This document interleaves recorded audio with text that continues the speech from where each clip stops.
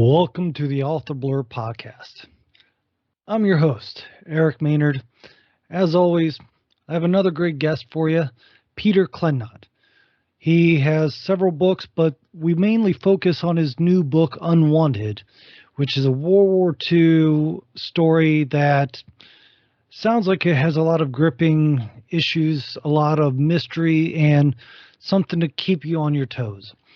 So with that being said, you should listen to what he has to say. Should hopefully find out if this book is something you're going to love, because that's what I'm here to do, is help you find new books. And then follow him, keep tabs on him. If you actually do enjoy his book and you want to share it, you have the links in the show notes of where you can find them. As always, go to authorblurb.com. There you'll find the profiles for all the authors I have. You'll find the shows that we have already on air, places you can find them and listen to them or watch them, YouTube, Rumble. I'm trying to put this everywhere I can so that you can enjoy them. So take that opportunity, subscribe so you don't miss any other shows, because, well, like I said, I have a lot of great guests, a lot of great authors, and very interesting books that you just don't want to miss. Take the time, subscribe, find where you want to listen to or watch the show, and rate me, review me, leave a comment, let me know how I'm doing. If you don't want to put it publicly, shoot me an email through authorblurb.com. Obviously, it's the showname.com. Not that difficult. I figure you can get it worked out one way or another. And one thing I would like to add is, if there's an author that you feel would be great for me to talk with, shoot me an email with the person's information.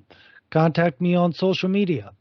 I'm happy to talk with about anybody, and normally I'll reach out if somebody has a guest or an author that they like to suggest. So again, thank you for being here as always. I hope you find that author, find that book, find whatever it is that you enjoy, and be able to connect with them. All of us authors, we do love to have people read our books, let us know what they think of it, and share it and tell other people, just like I want you to do with this show. So again, thank you. Hope you enjoy the show, and I'll talk to you again next week. So I'm here with Peter Clenott. He wrote multiple books. Today we're going to be discussing mostly about his book, Unwanted. But Peter, as everyone knows, it's always better for you to discuss yourself and your books. Can you give people a bit of understanding of who you are, what you write, and we'll go into our conversation? Sure. Well, I was born in Portland, Maine, and grew up there. Went to school at Bowdoin College, then drifted down to Massachusetts, where I've been living ever since. I actually didn't know I wanted to be a writer until I completed my last college exam. Had I known I wanted to be a writer in high school, I might have done things very differently, but I didn't. So I started writing, and we're talking about now May of 1973, so it's been almost a half century. So I've got quite an experience in writing novels and screenplays, big history of rejection as well. But I finally have made it. I certainly can talk a lot on the writing experience, trying to get your stuff published, marketed, all of that. As far as the work is concerned, I never wanted to get pinned down to one genre, although obviously people like Stephen King are extremely successful in their genre. Right. And I didn't want to get pinned down also writing the same novel all over again. So you see a lot of mystery writers, they're extremely successful writing about one detective over 15, 20 novels. I tend to write what interests me. So it's something that whatever sparks my interest, could be anything, that gets me going on a particular novel. So I've written historical, I've written science fiction, I have a ghost story, thrillers, you name it. My objective is that if you see my name on a novel, it doesn't matter what the genre is, it's well written. Understanding that's always a good thing to have. So what did you actually first write? What was the type of book you first got you into writing? Well, the very first thing of that May of 1973 was science fiction. As a kid, I liked to read. Then I stopped reading until I got to college. Bored with textbooks, I took up fiction again. And Right. it so happens my father had a lot of paperbacks. He left after work, after supper, would sit down and read. So he had a lot of Robert Heinlein, Isaac Asimov, Ray Bradbury. So I Mm-hmm. started out with science fiction. And then, for whatever reason, I'm not sure why, I drifted into historical fiction. All right. That became something I tend to read more of now. Um, Although, again, I'm still writing whatever I think I can market that still interests me. Right. So with that, you got into science fiction was your first one, Yeah. and then you're more focused now with. I guess the question I have is your books that you write, they're in historical fiction, but are you sitting in a specific area of historical fiction, like thrillers or adventures? I saw like one book that was taking place that was kind of a suspenseful thriller. I'm trying to think of what to describe it, where the young girl was involved in an issue with when Saddam Hussein was being attacked. That comes to mind. There are three books that have been published in one form or another. The All first right. was called Hunting the King, which I suppose, and people accuse me of, it's like a Dan Brown type of novel. And it involves an archaeologist during the Gulf War going into Iraq looking for the physical remains of Jesus. Actually, I wrote this before Dan Brown's novel came out. Um, but this was published by a small Canadian publishing house no longer in existence. They All right. liked it, but because it came out after Dan Brown's novel, some people thought I was just copying him, but I wasn't. Um, Subsequently, I published a novel which is kind of a thriller. Um, it involves a helicopter landing in the Amazon rainforest. It's forest land, and they come across small remnants of an Indian tribe, a few children, an elderly man. Their tribe had fled into the Amazon thousands of years before, and fear kept them in the forest. When the helicopter crew takes them to the nearest medical facility, they discover that something isn't quite right with their DNA. So All right. there is a thriller. That one came out. That one I self-published as an experiment through iUniverse, and Mm-hmm. I don't know if there are any iUniverse people online, but I would say it was an experiment that for me failed. I wouldn't do it again. I wouldn't advise anybody to do it. They did a good novel. The product was fine, but after that they just keep emailing me. Oh well, for another $10,000 we'll take it to Hollywood. Another $50,000 we'll do this, and so it's just a money grab. Right. Um, I did have another novel published. Once the Canadian publisher went out of business, one of their writers decided to try to online publishing themselves. So through them, I published a novel, what I call Pandora Island, about a young girl who's raised in the rainforest in the Congo by her parents who are anthropologists studying the local chimpanzee population.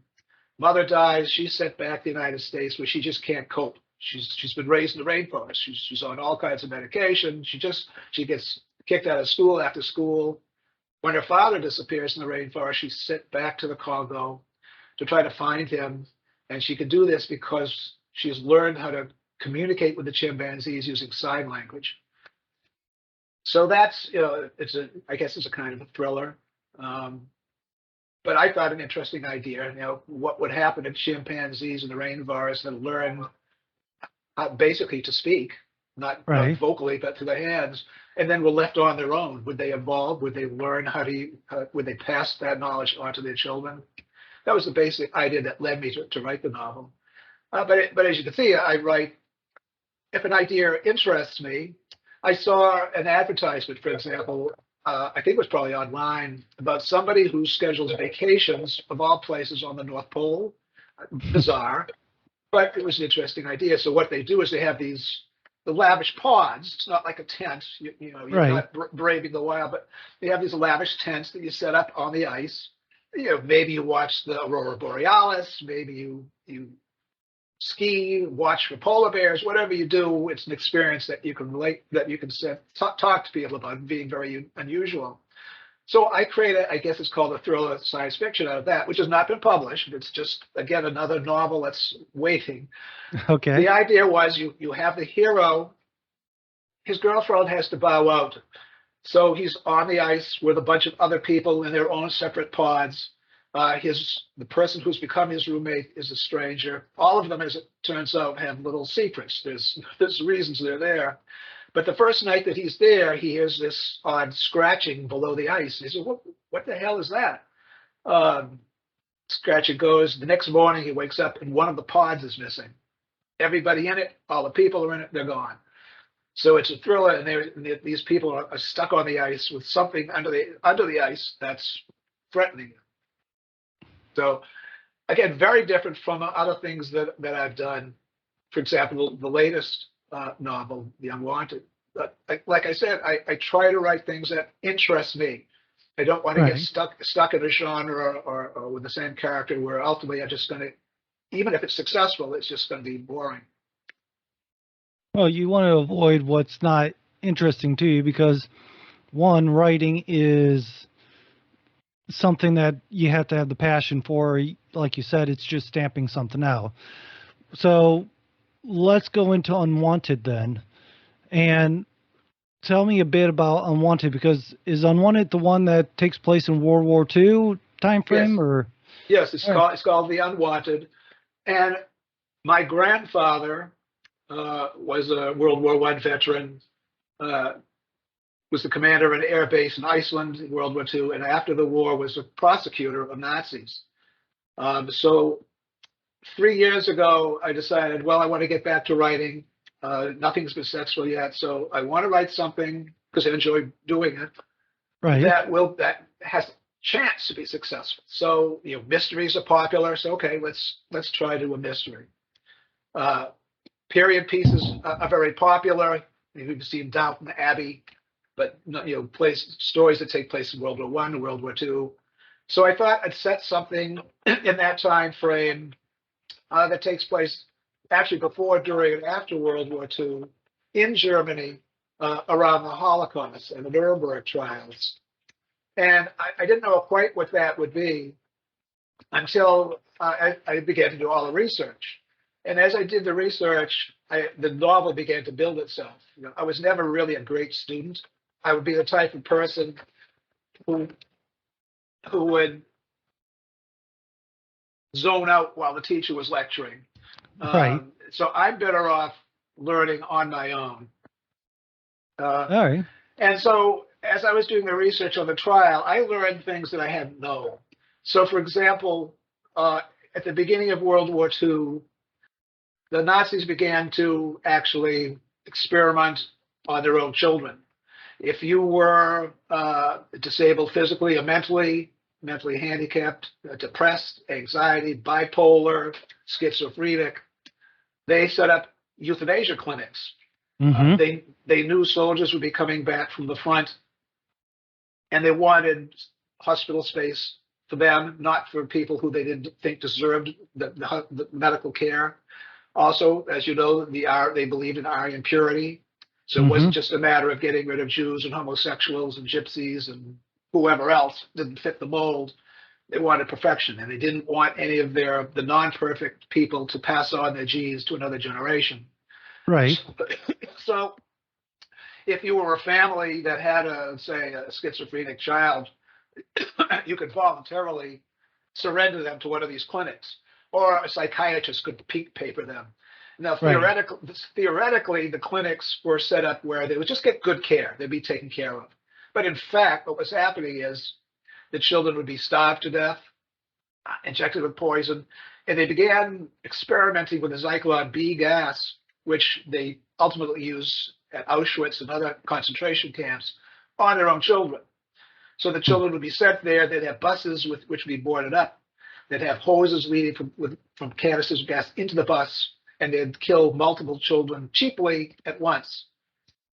So out of this information, I came up with a character named Hannah Ziegler, who, as the novel opens up, she's 14 years old.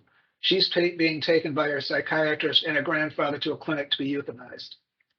I also learned that there was an organization called the Bund Deutsche Mutter, which was like the female version of the Nazi youth.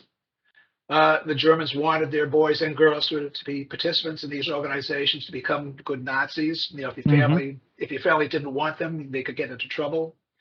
So for the girls, they were being raised to become quintessential Aryan females, good mothers, good daughters, good sisters, but they also had to be able to shoot a rifle, drive a tank, do whatever they needed to do, be super women. And out of that came a 16-year-old character named Silke Hartenstein. And Silke is a blonde, blue-eyed Aryan. She graces the cover of Nazi propaganda magazines, but she's not a Nazi. And she forms this unusual bond with Hannah, who's completely unlike her. But the novel is also a mystery. And the publisher that I work with, Level Best Books, if you're a mystery writer, you might consider sending stuff there. They're very good. They tend to publish what's called like kind of the beach mystery, where you have the detective, the murder victim, and the suspects. And the basic premise of the novel is just how does the detective decide which one of these suspects is the killer? And the pleasure that the reader gets is try to figure out before the writer gets to the conclusion who's the killer. You know, decent novels, but ones that you tend to perhaps set aside and get on to the next. You know, I like my novels to be ones that you don't just set aside, you remember. But there is a murder and there is vengeance in this novel, and there is a detective. But the detective in this case is not the main character. Hannah and Silke are. But the detective, Avi Chrysler, is an interesting character, and he does become one of the main characters in the sequel. His story is that what people don't realize, German Jews before the war looked at themselves more as German than Jewish. If you were to ask them, are you German, are you Jewish, they would say, well, a German first and Jewish second. Right. Many German Jews actually fought for Germany in World War I, sacrificed their lives, got medals of honor, fighting for their homeland, Germany. So it came as a horrible shock to them when they were considered not German and were set out to be destroyed. Avi's father was a veteran of World War I, and Chrysler himself becomes a detective in the Munich Police Department until he is swept up in the Holocaust and sent to Dachau.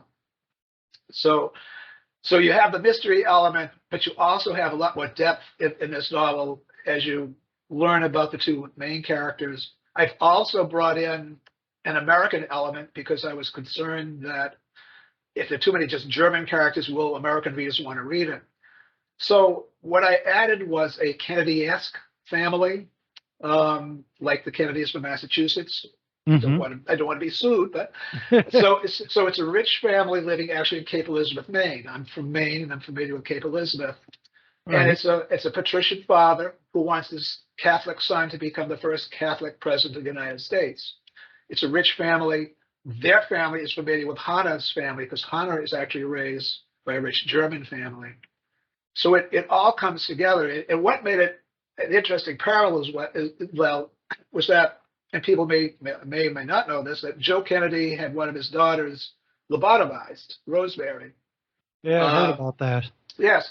So, what the Nazis went a lot further than that, but to me it was an interesting parallel because as the Nazis were doing this to their children, Americans were doing something else. Actually, the Nazis educated themselves on this type of behavior on American policy during the 20s and 30s.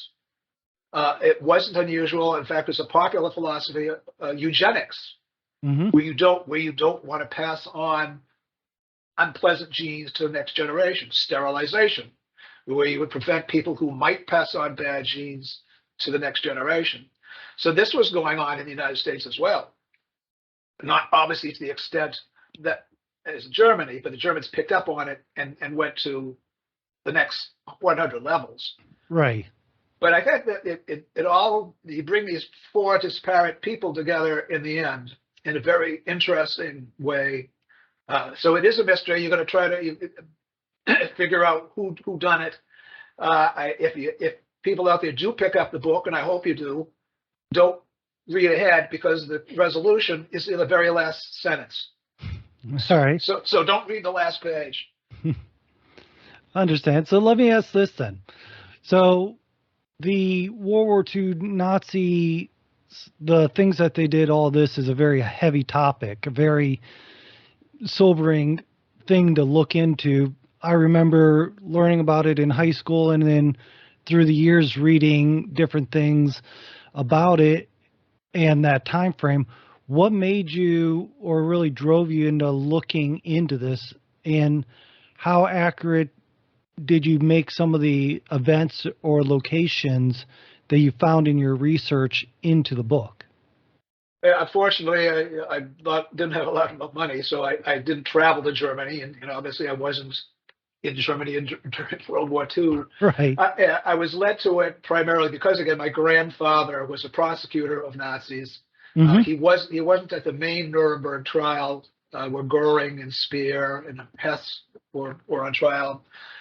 He prosecuted the capos, the prison guards, the minor people, although many of those that he prosecuted were executed. Interestingly enough, while he was there, this happened a lot. He had an affair with a German woman, and that affair produced a daughter, a much younger half sister to my mother. And after the war, I got this story from my mother.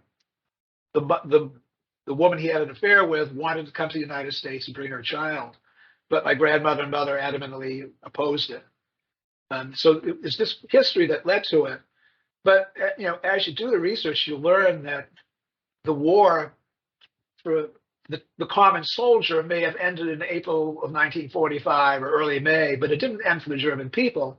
2 million German women were raped by the Russian soldiers as they were coming into Germany. The Russian soldiers were told by their leaders, look what the Germans did to us, to our people. You have free reign to do whatever you want. So 2 million women were raped by the Russians. 200,000 were raped by American soldiers. The British committed rape. The French committed rape. It wasn't a pleasant existence. 400,000 people committed suicide in Germany as the war was coming to an end, as it ended. Some of them committed suicide because, well, they were Nazis and they didn't want to face justice. Right. In other cases, Hitler was saying at the very end, better die than surrender. So some people took him at his word. Other people, and you can be forgiven if you think, well, good, the German people got what they deserved. But there were good German people who didn't support the Nazis. After 13 years of living under Hitler, now they were faced with living under Stalin. So for many of them, it was just too much trauma. There was a breakdown. They couldn't tolerate it. Parents would tie rocks to their waists, tie rocks to the children's waist, and wade out into the nearest pond or lake. So there were it was mass suicide. Mm-hmm. You could walk through a park, which on another ordinary day you might see mothers pushing their prams or lovers hand in hand, and you would see 1, 2, 3, 4 people hanging from trees. It was that bad. So I bring all of this in because Germany was decimated at the end of the war. It was a mess, but it also made it interesting. An interesting time for a perspective for the survivors and a perspective detective Navi Chrysler to flourish and to try to survive doing what they know best. Right. And that leads to the sequel, which I'm glad to say the publisher is going to publish. I don't know when that will come out. Called The Unfound, but that will deal, again, we'll be seeing Hannah and Silke and Avi, but that will deal with how some of the Nazis managed to elude capture and made their way to places like Argentina. So there was a lot going on at that time, very interesting. So that's why I set the novel in that, because it's not just a nice beach blanket read. It's a novel where you're going to be intrigued by the mystery, but you're also going to be drawn into the characters and in the time, and you're going to learn something whether you want to or not. Right. So with that, where I guess, what kind of interactions, because you have multiple characters in this that you just listed off that are going to be involved in the story and moving on to the sequel, is what kind of interactions do they have with each other? Are there, I guess, is this sense of linear where it's following one person, or do you have multiple stories going in the book? The way I charted it out, the way I outlined it was I have a chart. At the Hmm. top of the chart are the characters like Hana, Silky, Avi. And on the side of the chart, I had before the war, during the war, and after the war. So Hmm. I would fill in the chart saying, okay, before the war, what has to happen to Hana? Before the war, what has to happen to Silky? Before the war, what has to happen to Avi? And then the same thing during the war and after the war. What events have to happen? Hmm. And then once I thought, okay, I think I have everything that I need in the novel. What order do I do it? Uh, so I would start by saying, well, the beginning has to be introducing Hana as the main character, being taken to the institute to be euthanized, and then I went from there to well, the next element should be let's introduce the mystery. So that did cause me to move from before the war to after the war. So it goes that way. So you're going from different time periods, but I keep it fairly clear because there will be a date at the beginning of every chapter, so you'll see what's going on. Um, so it's not linear. You'll see the characters interacting. There comes a point when Avi and Americans believe that Hana, rather than being a victim, is actually perhaps a criminal herself, who participated in medical experiments in Dachau. So it all comes together. It's a neat package. I don't think anybody will be confused by it. All right. So is it kind of looking with the dates shifting and from what you said, is it kind of a looking back and they're discussing, or what, I guess, who's telling the story? Is it one person telling the story, or is it like just multiple? I'm trying to understand because it sounds like there's a mixture of characters and you're focusing on different ones at a different time. Yeah, well, I'm telling the story. So there are some novels where it's spoken from the point of view of the character. Right. In this case, it's not. It's me. So I start by introducing the main character and her situation, but because it's a mystery, I wanted to delve into the mystery. So we do jump ahead to a murder. Two, Hmm. somebody is killed by somebody. We don't know who because we don't want the mystery to resolve. In the back of your mind, you keep remembering what's going on. So the present day is the investigation. It's obvious in the present investigating along with the Americans. It's the American military that's also investigating the crime. So the present day will be, for the sake of the novel, 1947. Um, but we go back in time through before the war, during the war, getting to know the characters, getting to know their relationships as we're building towards, well, why would somebody kill so and so? So that's what's going on in the background. Um, but the resolution and the actual investigation occur in the present. All right. Now, you have the Unwanted out now. It's on Amazon and all these places. What, who do you think would probably enjoy these books the most, or this book the most? And then, of course, the sequel when it comes out. Yeah. It is online on it is Amazon, but you can get it on Barnes and Noble. You can get it on there's a Kindle version. You can get it at the publisher's website, Level Best Books. It's on a number of sites. I think it's for a lot of different types of people. And if you like a good mystery, this again will keep you guessing, and I bet you won't guess. But that's just, if you do, I'll take you out to dinner. But you won't know until the last line. If you like historical, it takes place during World War II. You could say it's an adult novel because it's historical, but the main characters start out, Hana's 14 and Silky's 16. So you could say a high school age would also enjoy it. So it's meant to be enjoyed by a broad spectrum of people. All right, so it's like a YA, but historical, maybe a coming of age thing where there's a whole bunch of crime, murder, and other things happening in the novel. So, what is there a lesson or is there something you were hoping to push or be seen in the story, or is it just you had the story and you wanted to tell it? Where did you, because I know some people with stories like this, they have a message they try to tell with it. Um, I don't know so much a message. I think certainly you will learn from it, and you'll learn in a way that's not boring. You'll just absorb as you go along. I mean, I think the message certainly is we're better off as a race of human beings if we care about one another than if we look down our nose and despise people because they practice a different religion or they look differently or their sexuality is different. That only leads to murder, mayhem, chaos, and the downfall of humanity. My concern is that we can't say that World War II or that fact of World War II ended in 1945 because those feelings continue to exist in America today. We're seeing it today, unfortunately, where distrust is breaking this country apart, and it's shameful. It's unnecessary. Oh, I agree.